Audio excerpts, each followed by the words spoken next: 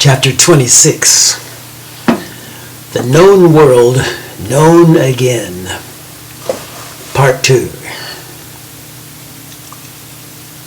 From Arden's Plain, northwest, to the rickety back bridge, 2 days walking through wooded hill country, interspersed with fields made fertile with the drifted sphagnum of the only river delta. Crossing the bridge, the road hugs the west side of the river north, past Chokeberry, Footbalm, and starting its grand wide bend at the Dolmens. The snowy mountain is visible to the northeast on clear sunny afternoons.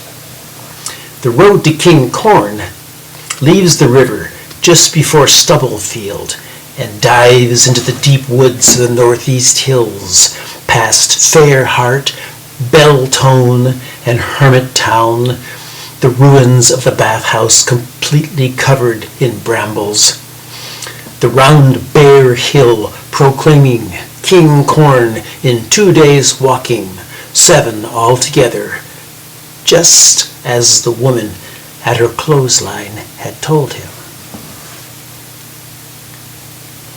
The map, now long gone, remained printed in his mind. He had taken every step of this journey more times than he could count. He knew all the roadhouses, and he knew the haylofts and the woodsheds and the duck blinds that offered shelter where no roadhouses could be found. Some things had changed. Some houses had been abandoned, their garden plots lying fallow. Crops had been rotated. The immense cornfield east of Sputum had been given over to a kind of green he didn't recognize, shorter than corn, tasseled but not eared.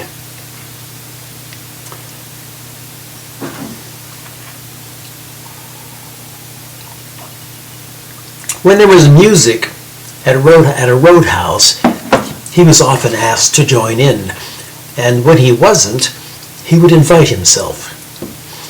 His pseudonym soon came to precede him. At a roadhouse outside of Fairheart, he recognized a fiddler from his younger travels, so he held back, not to wish to attract attention to himself. But the fiddler drew him out. "I know who you are," he called from across the room. "You're Jimmy Clearlight. They say you play a pretty mean turtleback. Come on up and join us."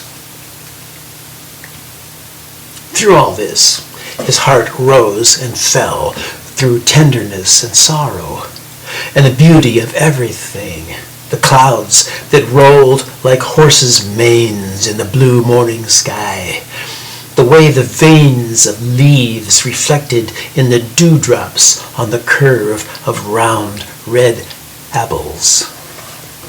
The mound of blackberries engulfing an ancient brick ruin at the center of the freshly plowed field just east of the Dolmens. A single tree on a ridge silhouetted black by the setting sun, and children playing with acorns, the tired eyes of farmers who rose from the roadhouse tables to shake the stiffness from their bones and dance to the melodies that cadenced between the major and the minor keys.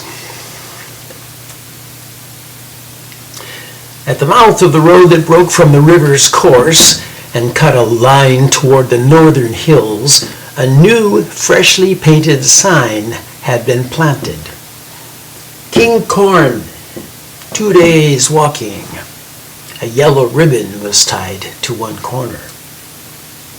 He quickened his pace. Faces of friends appeared in the leaves of trees.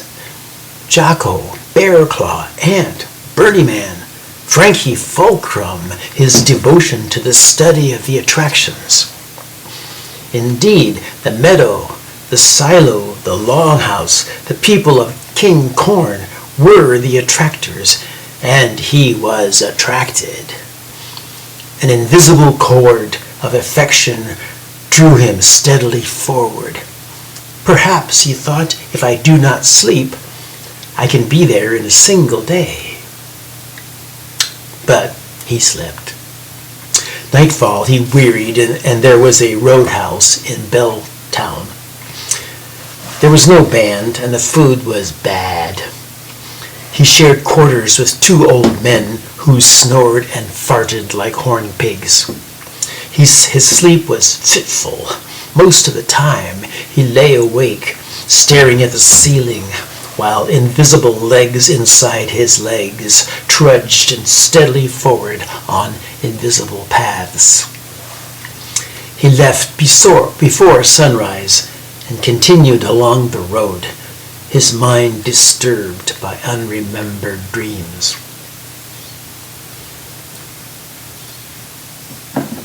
Mid-morning, he came upon a side path and a sign he had never seen before, a painted arrow and a single word: abstinence. Curiosity compelled him, mingled with a murmuring dread, but he had to see for himself. A short jaunt through the forest opened out into a round, clear space, surely not a natural space, for it was blanketed with the flat rings of trees sawed off near the ground. Around the clearing, rough log cabins presided, all facing the center. At the center, a covered platform. A ladder leaned against a canopy, and a man stood on the ladder.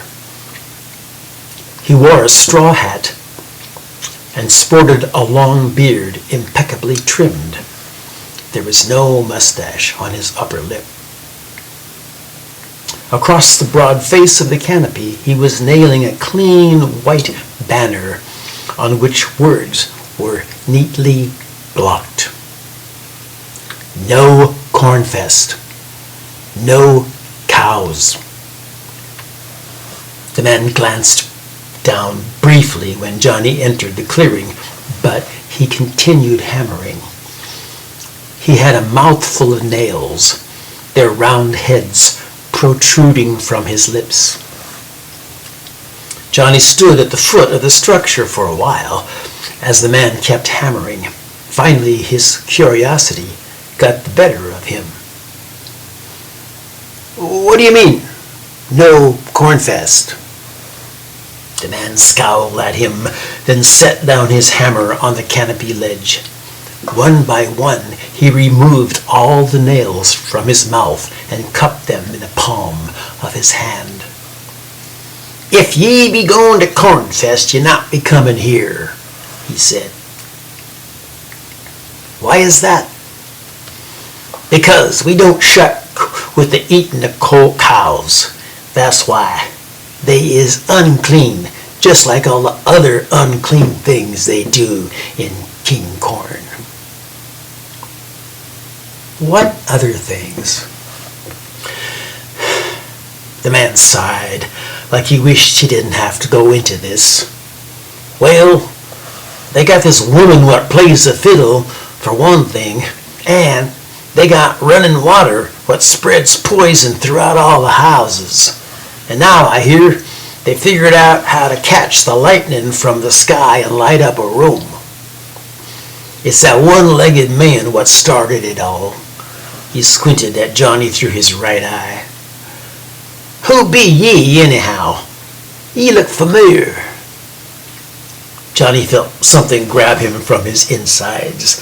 Suddenly, it looked like the clearing was immeasurably large, and he wanted nothing more than to get out of it without being seen by anybody else. A crow cawed overhead, and then from one of the cabins, a door was flung open with a bang. He wheeled around to see a child running across the field, a little girl, barefoot, dressed in rags. "Papa!" she cried. "Papa!" She stopped and caught her breath. "Papa!" Sugary threw up on the floor again. The man groaned and flung his handful of nails to the ground. "Damn it, Cappy! You know where a slop bucket is." He started down the ladder. "You better get back in there and clean it up before I take the switch to you." The little girl turned to run, the man after her. Johnny took the opportunity to make a hasty retreat.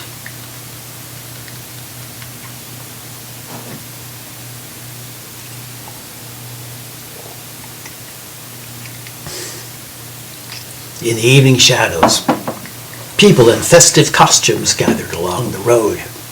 Children in layered colored skirts, boys and girls alike, skipped and sang and chased metal hoops down hills. Men wore lace leggings, garlanded vests, jaunty feathered hats. One man carried a long bow and a full quiver of arrows. Women sported lace vests with buckskin fringe, layered petticoats, long conical hats with tassels, wreaths of roses around their necks, and bells on their ankles. People transported ducks and chickens and live beehives rode on donkey carts. And of course, there were mummers. They walked dancing in circles, their robes flaring. Johnny recognized Mummer Cade from the roadhouse out of Arden's Plain. They struck up a conversation. "You opened a bag of bees the other night, Jimmy Clearlight," said the mummer. "Silly Millie wouldn't leave me alone. She wanted to know if you were a mummer in disguise, if we had initiated you into our secrets." "Ask him for yourself," I told her. She never did. Of course not. Millie would never want to learn something she didn't already know. I must run. We'll see you at Cornfest." The other mummers were spinning on ahead. Mummer Cade kicked his heels and leapt into their movement. Dust rose from their twirling feet and hung over the road as they disappeared around a bend. The fading sunlight turned it into a golden cloud. Johnny slowed his steps. The road was empty after the mummer's departure. The brief spate of solitude made him pensive. Returning to King Corn for Cornfest after all the darkness he had been through, all the chaos and cruelty, what would it be like? The simplicity of life before was gone. Gone from his heart, yes, but even more so. He sensed something troublesome had also entered the known world across its borders. There were suggestions of this everywhere. The change in the weather, the disappearance of Aberdeen, abstinence, the lock on Mother's door. His feet stopped of their own accord, and he stood watching the mummer's dust settle. Something was emerging from the shadows at the road's bend in the clearing of the haze. It looked like a face growing out of the tree. He squinted to make it out, but reluctance kept him from drawing nearer. It was intrinsically familiar. It was the face of someone he knew. It mocked him. Why did it mock him? His heart jumped into his throat. It was his own face. It was a picture of himself. His arms went cold. The memory flooded in. Frankie Fulcrum, the magic lantern in Jocko's room. A sunny, snow-covered morning, not so long ago. All the pictures that day hung on the wall of the long hall by The scullery door. Why was it here? His feet began to move. He approached the image. It was thin and crinkled, tacked to the trunk of a tree, hand-scrawled in large letters above the face. Johnny Arcane. In equally large letters at the bottom. Kill this man. At that moment, there were voices behind him and the creaking of wagon wheels. Johnny dizzied. His arms trembled. He knew what he had to do, but he didn't know if his hands would allow him to do it. The voices drew nearer. It must be done at once. He hefted his pack, ran to the tree, grasped the poster by its corners, and ripped it down. It was not parchment. It was made of thin paper, thinner than the paper of books. It was not the original. He folded it 8 times, slipped it in his pack, just as the travelers came into sight. 2 of them, a man and a woman, pulling a hand cart laden with colored glass bottles. They were plainly dressed, but the woman had a pink camellia in her hair. The man wore black suspenders and a sported, neatly trimmed beard, but no mustache. "Greetings," said the man. "Is this the road to King Corn?" Johnny did his best to calm his heartbeat and bring a warm smile to his face. "It is. Is it your first time to Cornfest?" "Indeed. We will have no more to do with those abstainers, such a dour lot." Johnny stilled his breathing and brought his attention to the man's face. The eyes were straightforward and honest, yet sad, and the wrinkles reminded him of dry riverbeds. Something about the face calmed his thoughts. He drew a deep breath from the dusty air. "Well, if you ask my opinion, you have made the right choice. You will find much to please you at the Cornfest. I will be there myself shortly." "Much obliged for your words," said the man. "It's been a long and winding road. We shall proceed along it." He tipped his hat as they passed. The woman kept her eyes down. It looked like she had been crying.